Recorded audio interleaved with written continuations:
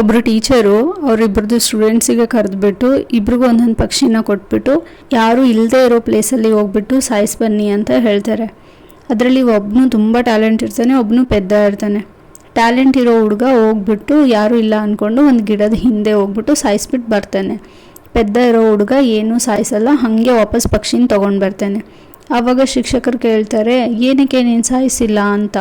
ಅವಾಗ ಹುಡುಗ ಹೇಳ್ತಾನೆ, ನೀವು ಹೇಳಿದ್ದು ಯಾರೂ ಇಲ್ಲದೆ ಇರೋ ಪ್ಲೇಸಲ್ಲಿ ಹೋಗಿ ಸಾಯಿಸಿ ಬನ್ನಿ ಅಂತ. ದೇವರು ಎಲ್ಲ ಕಡೆ ಇರ್ತಾನೆ, ಅದಕ್ಕೆ ನಾನು ಸಾಯಿಸಲಿಲ್ಲ ಅಂತ. ನಾವು ಏನೇ ತಪ್ಪು ಮಾಡುವಾಗ ಇದನ್ನೊಂದು ಸರಿ ಯೋಚನೆ ಮಾಡಲೇಬೇಕು. ದೇವರು ಎಲ್ಲ ಕಡೆ ಇರ್ತಾನೆ. ನಾವು ದೇವರಿಗೆ ಕಣ್ಣು ತಪ್ಪಿಸಿ ಏನೂ ಮಾಡೋಕ್ಕಾಗಲ್ಲ. ದೇವರು ಎಲ್ಲ ಕಡೆಯೂ ಇರ್ತಾನೆ, ಎಲ್ಲನೂ ನೋಡ್ತಾ ಇರ್ತಾನೆ. ಒಂದು ಕಾಡಲ್ಲಿ ಎಲ್ಲ ಮರಗಳು ಒಂದೇ ಥರ ಇರ್ತವೆ, ಚೆನ್ನಾಗಿರ್ತವೆ. ಒಂದಷ್ಟೇ ಡಿಫ್ರೆಂಟ್ ಆಗಿರುತ್ತೆ. ಆಮೇಲೆ ಅದ್ರದ್ದು ಕೊಂಬೆ ರಂಬೆಗಳೆಲ್ಲ ಒಂಥರ ವಿಚಿತ್ರವಾಗಿರುತ್ತೆ. ಇವು ಚೆನ್ನಾಗಿರೋ ಮರಗಳು ಯಾವಾಗಲೂ ಅದನ್ನು ಟೀಸ್ ಮಾಡ್ತಾ ಇರ್ತವೆ, ಒಂಥರ ಇದೆಯಾ ಅಂತ. ಅದಕ್ಕೆ ತುಂಬ ಫೀಲ್ ಆಗ್ತಾ ಇರುತ್ತೆ, ನಾನು ಯಾಕೆ ಹಿಂಗಿದ್ದೀನಿ, ನಾನು ಯಾಕೆ ಅವ್ರಗಳ ಥರ ಚೆನ್ನಾಗಿಲ್ಲ ಅಂತ. ಅದು ಯಾವಾಗಲೂ ದೇವರಿಗೆ ಬೈಕೊತಾನೇ ಇರುತ್ತೆ. ಸ್ವಲ್ಪ ದಿನ ಆದಮೇಲೆ ಒಂದಿನ ಗಿಡಗಳು ಕಟ್ ಮಾಡ್ಕೊಳ್ಳೋಕ್ಕೆ ಬರ್ತಾರೆ.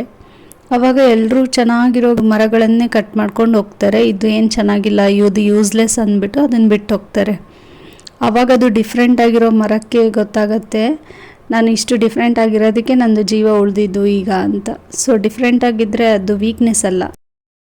ಒಮ್ಮೆ ಸಿಂಹ ಮಲಗಿರುತ್ತೆ, ಅದ್ರ ಮೇಲೆ ಇಲಿ ಆಟ ಆಡ್ತಾ ಇರುತ್ತೆ.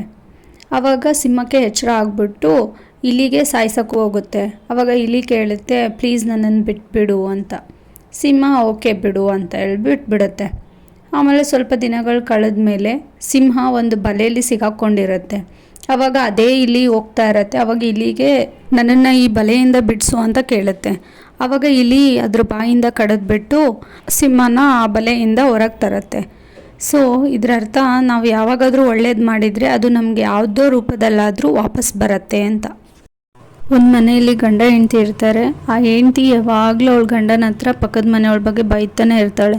ನೋಡ್ರಿ, ಅವಳಿಗೆ ಬಟ್ಟೆನೇ ಒಗೆಯೋಕ್ಕೆ ಬರಲ್ಲ ಅಂತ ಹೇಳ್ತಾನೆ ಇರ್ತಾಳೆ. ಇವಳು ಮನೇಲಿ ಕುಂತ್ಕೊಂಡು ಕಿಟಕಿಲಿ ನೋಡ್ತಾ ಇರ್ತಾಳೆ, ಅವಳು ಏನೇನು ಕೆಲಸ ಮಾಡ್ತಾಳೆ ಎಲ್ಲನೂ. ಡೈಲಿ ಹಿಂಗೆ ಹೇಳ್ತಾ ಇರ್ತಾಳೆ, ನೋಡ್ರಿ ಅವಳಿಗೆ ಬಟ್ಟೆನೇ ಒಗೆಯೋಕ್ಕೆ ಬರಲ್ಲ, ಅಷ್ಟು ಗಲೀಜಾಗಿ ಒಗಿತಾಳೆ ಅಂತ.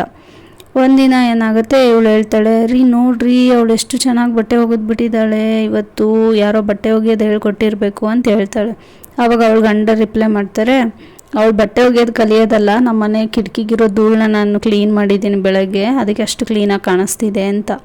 ನಮ್ಮ ಕಣ್ಣಲ್ಲೇ ಧೂಳು ಇಟ್ಕೊಂಡು ನಾವು ಎಷ್ಟೇ ಚೆನ್ನಾಗಿರೋದು ನೋಡಿದರೂ ಕೂಡ ಅದು ನಮಗೆ ಚೆಂದ ಕಾಣಲ್ಲ.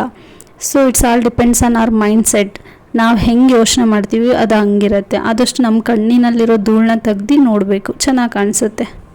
ಒಬ್ಬ ಸನ್ಯಾಸಿಗೆ ಅವ್ರ ಗುರುಗಳು ₹1 ಕಾಯಿನ್ ಕೊಟ್ಬಿಟ್ಟು, ಈ ಇಡೀ ಪ್ರಪಂಚದಲ್ಲಿ ನಿನಗೆ ಯಾರು ಕಡುಬಡುವ ಅನ್ನಿಸ್ತಾನೆ ಅವನಿಗೆ ಇದನ್ನು ಕೊಡು ಅಂತ ಹೇಳ್ತಾರೆ. ಅದಕ್ಕೆ ಸನ್ಯಾಸಿ ಇಡೀ ಪ್ರಪಂಚ ನೋಡಿಬಿಟ್ಟು ಹುಡುಕಾಡ್ದ. ಅವನಿಗೆ ಲಾಸ್ಟಿಗೆ ಒಬ್ಬ ರಾಜನಿಗೆ ಹೋಗಿ ಕೊಡ್ತಾನೆ. ಆ ರಾಜ ಕೇಳ್ತಾನೆ, ನನಗೇನು ಕೊಟ್ಟಿರೋದು ಅಂತ. ಅವಾಗ ಇವನು ಹೇಳ್ತಾನೆ, ನನಗೆ ಈ ಥರ ಗುರುಗಳು ಯಾರು ತುಂಬ ಕಡುಬಡವರಿದ್ದಾರೆ ಅವ್ರಿಗೆ ಹೋಗಿ ಕೊಡು ಅಂತ ಹೇಳಿದರು, ನನಗೆ ನೀನೇ ಕಡುಬಡುವ ಅನ್ನಿಸ್ತೆ, ಅದಕ್ಕೆ ನಿನಗೆ ಕೊಟ್ಟೆ ಅಂತ. ಅವಾಗ ರಾಜ ಹೇಳ್ತಾನೆ, ನಾನು ಕಡುಬಡವನ, ಇಡೀ ಸಾಮ್ರಾಜ್ಯನೇ ನನ್ನ ಕೈಯಲ್ಲಿದೆ, ನೀನೇನು ನನಗೆ ಕೊಟ್ಟಿರೋದು ಅಂತ ಸಿಟ್ಟಲ್ಲಿ ಕೇಳ್ತಾನೆ. ಆಗ ಸನ್ಯಾಸಿ ಹೇಳ್ತಾರೆ, ನಿನ್ನ ಹತ್ರ ಇಷ್ಟೆಲ್ಲ ಇದ್ದರೂ ಕೂಡ ನಿನಗೆ ಸಂತೃಪ್ತಿ ಇಲ್ಲ, ನೀನು ಇವಾಗಲೂ ಬೇರೆ ರಾಜ್ಯದ ಮೇಲೆ ಯುದ್ಧ ಮಾಡ್ತಾ ಕೂತಿದೀಯಾ, ಸೊ ನನಗೆ ನೀನೇ ಕಡುಬಡವ ಆದೆ ಅಂತ ಹೇಳ್ತಾರೆ. ಆವಾಗ ಆ ರಾಜನಿಗೆ ಗೊತ್ತಾಗುತ್ತೆ, ಇರೋದ್ರಲ್ಲಿ ಸಂತೃಪ್ತಿಯಾಗಿರಬೇಕು ಅನ್ನೋದು. ಒಬ್ಬ ರಾಜ ಇರ್ತಾನೆ, ಅವನು ಮೂಢನಂಬಿಕೆಗೆ ತುಂಬ ಪ್ರಾಮುಖ್ಯತೆ ಕೊಡ್ತಾ ಇರ್ತಾನೆ. ಎಲ್ಲರೂ ಅವನದು ವೀಕ್ನೆಸ್ ಅದೇ ಅಂತ ತಿಳ್ಕೊಂಡು ಅವನಿಗೆ ಏನೇನೋ ಹೇಳ್ತಾ ಇರ್ತಾರೆ. ಒಬ್ಬ ಜ್ಯೋತಿಷಿ 2 ಜೋಡಿ ಕಾಗೆಗಳನ್ನು ನೋಡು, ಆವಾಗ ನಿನಗೆ ಅದೃಷ್ಟ ಬರುತ್ತೆ ಅಂತ ಹೇಳ್ತಾರೆ. ಅದಕ್ಕೆ ಇವನು ಅವ್ರ ಮಂತ್ರಿನ ಕರೆದ್ಬಿಟ್ಟು, ಜೋಡಿ ಕಾಗೆ ಬಂದಾಗ ನನಗೆ ಕರೆದು ತೋರಿಸು ಅಂತ ಹೇಳ್ತಾನೆ. ಆವಾಗ ಮಂತ್ರಿ ನೆಕ್ಸ್ಟ್ ಡೇನೇ ಕರೀತಾರೆ, ಬನ್ನಿ ಇಲ್ಲಿ ಬಂದಿದೆ ಅಂತ. ಆವಾಗ ರಾಜ ಹೋಗೋದ್ರೊಳಗಡೆ ಅದು ಆರಿ ಹೋಗ್ಬಿಟ್ಟಿರತ್ತೆ. ಆವಾಗ ರಾಜಂಗೆ ಸಿಟ್ಟು ಬರುತ್ತೆ, ನಾನು ನೋಡಿಲ್ಲ, ನೀನು ನೋಡಿದೀಯಾ ಅಂತ. ಅದಕ್ಕೆ ಅವನು ಮಂತ್ರಿಗೆ 10 ಚಾಡಿ ಏಟನ್ನ ಕೊಡೋಕೆ ಹೇಳ್ತಾನೆ. ಆವಾಗ ಮಂತ್ರಿ ನಗ್ತಾರೆ. ನಗ್ಬಿಟ್ಟು ಅವ್ರು ಹೇಳ್ತಾರೆ, ಅದೃಷ್ಟ ಅಂತ ಹೇಳಿದ್ರಿ, ಅದನ್ನು ನೋಡಿದ ತಕ್ಷಣವೇ ನಾನು ನಿಮ್ಮ ಕಡೆಯಿಂದ ಹೊಡೆಸ್ಕೊತಾ ಇದ್ದೀನಿ, ಇದು ಯಾವ ಅದೃಷ್ಟ ಅಂತ. ಸೊ ನಂಬಿಕೆ ಇರಲಿ, ಮೂಢನಂಬಿಕೆ ಒಳ್ಳೆಯದಲ್ಲ.